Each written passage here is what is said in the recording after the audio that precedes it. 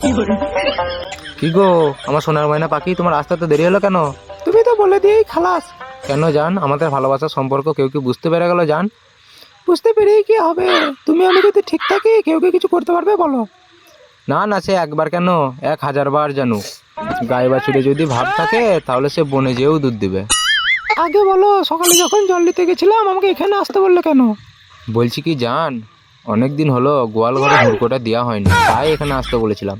যখন তখন হুড়কো দেওয়া যায় নাকি? যে কোনো জিনিসের তো একটা সময় থাকে নাকি? হুড়কো দিতে আবার কিসের সময় গো? হুড়কো দেওয়ার জন্য সময় লাগে? তোমার স্বামীকে তোমার 1 গ্লাস দুধে 3টে ঘুমের ট্যাবলেট মিশিয়ে খাইয়ে দিলেই তো সে তোমার সারা দিন ফ্ল্যাট হয়ে থাকবে। তাহলে আবার কি বলছো তুমি? আর তোমার স্বামী চোখ খোলার আগেই আমরা পুরো মাঠ চষে দেবো। তুমি আমার এমন প্রেমিক, সবসময় শুধু হুড়কো দেবার ধান্দা। কখনো আমার মনের কথা ভেবে দেখেছো আমার কি প্রয়োজন না প্রয়োজন? তুমি একই কথা বলছো জান, তোমায় কি আমি ভালোবাসি না সোনা? আর তোমার ভালোবাসা মানেই তো গোয়াল ঘরে হুড়কো দেওয়া। তোমার কি দরকার বলো জান? তোমার জন্য আমি আমার জানটাও দিয়ে দিতে পারি। জান দিতে হবে না, শুধু একটা ফোন দাও তাহলেই হবে।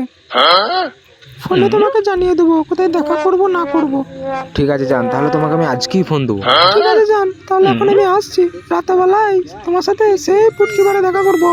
আমার স্বামী যখন ঘুমিয়ে যাবে ঠিক তখন। যাবার আগে তোমাকে একবার জড়িয়ে ধরি সোনা। এখন না, সেই রাতেবেলাতে। প্লিজ সোনা, একবার প্লিজ। ওই কি হচ্ছে এখানে?